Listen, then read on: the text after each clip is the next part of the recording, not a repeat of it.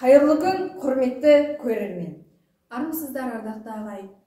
Өздеріңіз білетіндей, мектеп мақтаныштары бағдарламасы озат оқушыларын, өнерлі өрендерін көпке үлгі қылу мақсатында өз жұмыстарын бастаған болатын.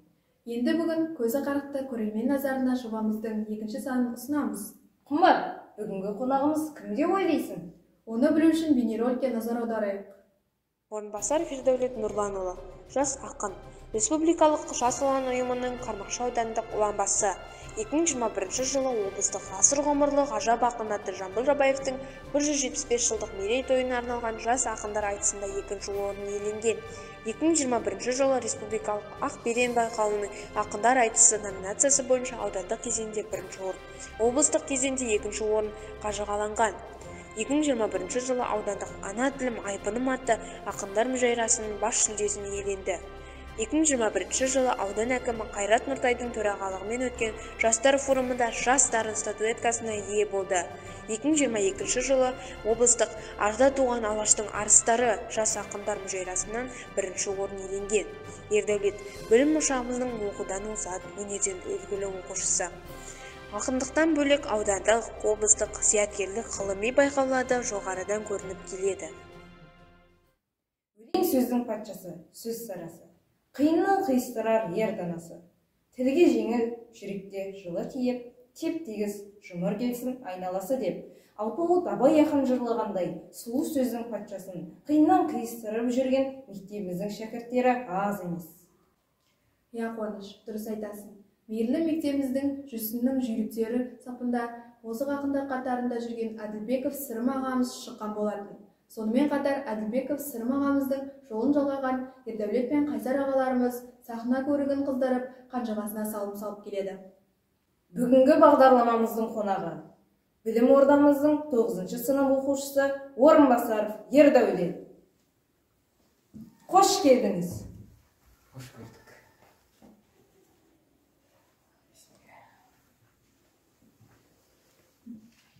Жалпы, жүздің жүзін танығанша бірдің атын біл деген халықпыз ғой. Ердәулет, өзіңізді таныстыра өтсеңіз.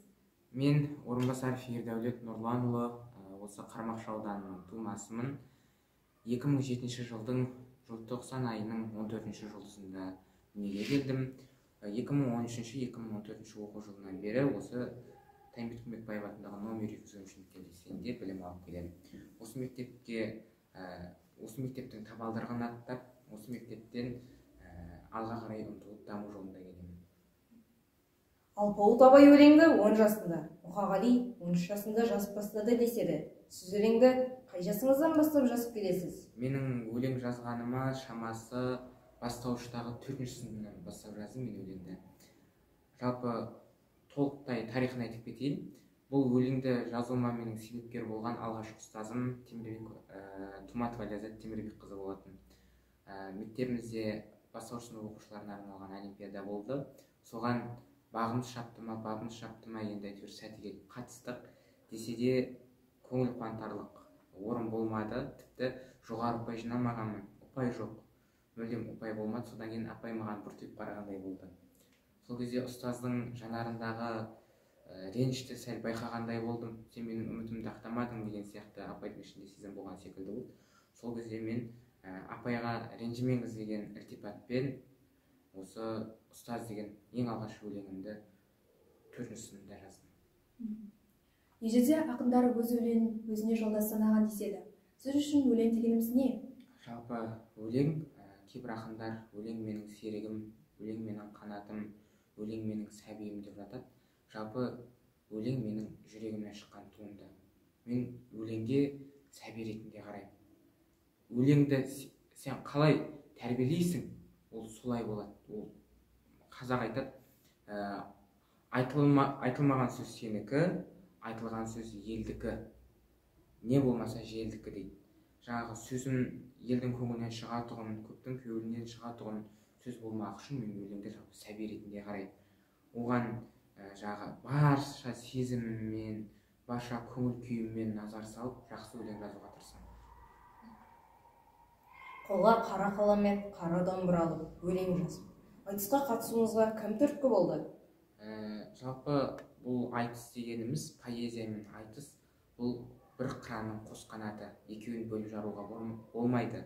Әрине екеуі поэзия асықпай жазуды қажет ететін болса, айтыс суып салмақты қажет етеді. Жалпы мен осы ұлы өнерге бағыттаған осы мектепте 6 сыныпымызда бізде қазақ тілі сабағы болады. 7 сыныпта да енді ол кезде онлайн форматта болды. Онлайн форматта болған кезде сабақты барынша қызықтыру үшін бізде айтыс деген тақырып өтті.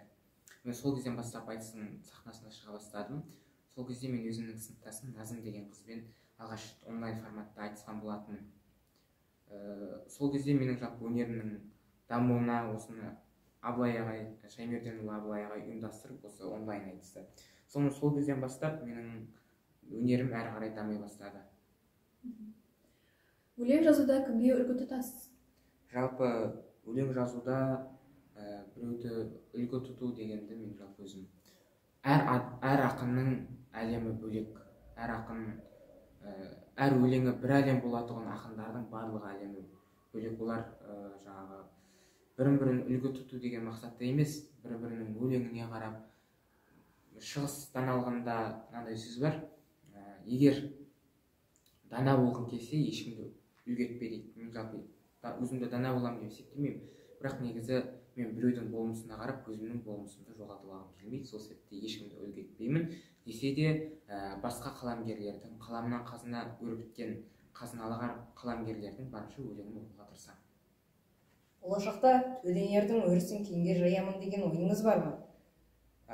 Әрине, ондай ниет осы ақындық қасиет бұйырған әр адамның ойында бар деп ойлаймын. Бұйтса осы ақындықтың қанатын кеңге жайып, қазақтың осы ұлы өнерінің, төл өнерінің мерейін асырып, даңқын көтеріп, жақсы бір ақындардың сапында жүрем деген ниеттемін. Бірақ бәрі болашақтың, бұлыңғыр болашақтың, кемел келешектің еншісінде.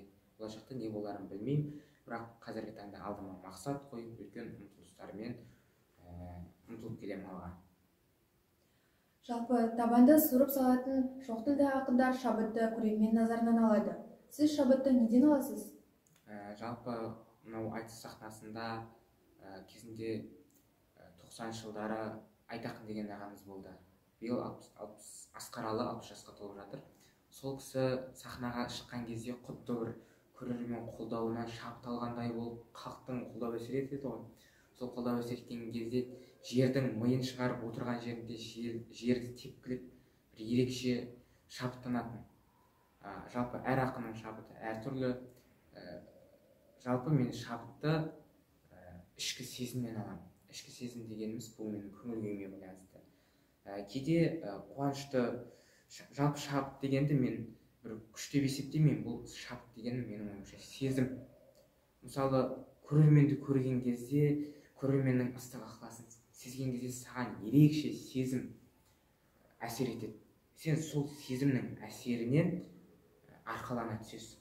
Саған бір жаңағы толқыған сәтте тұрсаң да саған өлең толқындары әсер етіп, жүрегіңнен отты жүріп өріле береді. Сол себепте менің ойымша шабыт дегеніміз барлығы сезімге байланысты.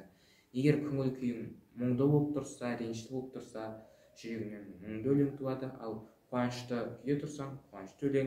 Кейде әр адамда болады ғой, әр қазақтың бойында отан, ел, жер деген отансүйгіштік қасиет болады. Кейде сол отансүйгіштік қасиетіміз тіпті шарықтап, көкірегімізді мақтаныш кернеп, мен осындай тәуелсіз елдің азаматымын деген кезде жүрегімізден патриоттық өлеңдер туады. Көрермен қауымға өз қаламыңыздан шыққан бірер шумақты өлеңіңізді оқып берсеңіз.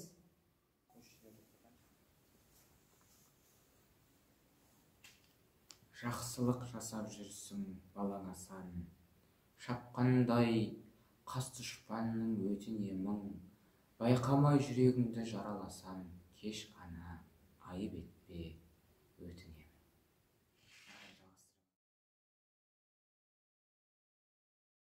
Себепші болған еді дөп тілегің, оза шауып бәйге алсам көсілгенде, көңіліңді қалдырдым көп білемін, қателігім біраз-ау, кешір менде. Ең керемет байлыққа баласам ба, амандық есендік пен саулығыңды, төрімнің биігіне қадасам ба теріңнің иісі сіңген жаулығыңда, сен туралы көмейге ән байлатып қонғандай, басыма бақ маңдайға құт, маңымда жүргеніңіз қандай бақыт, жанымда жүргеніңіз қандай бақыт.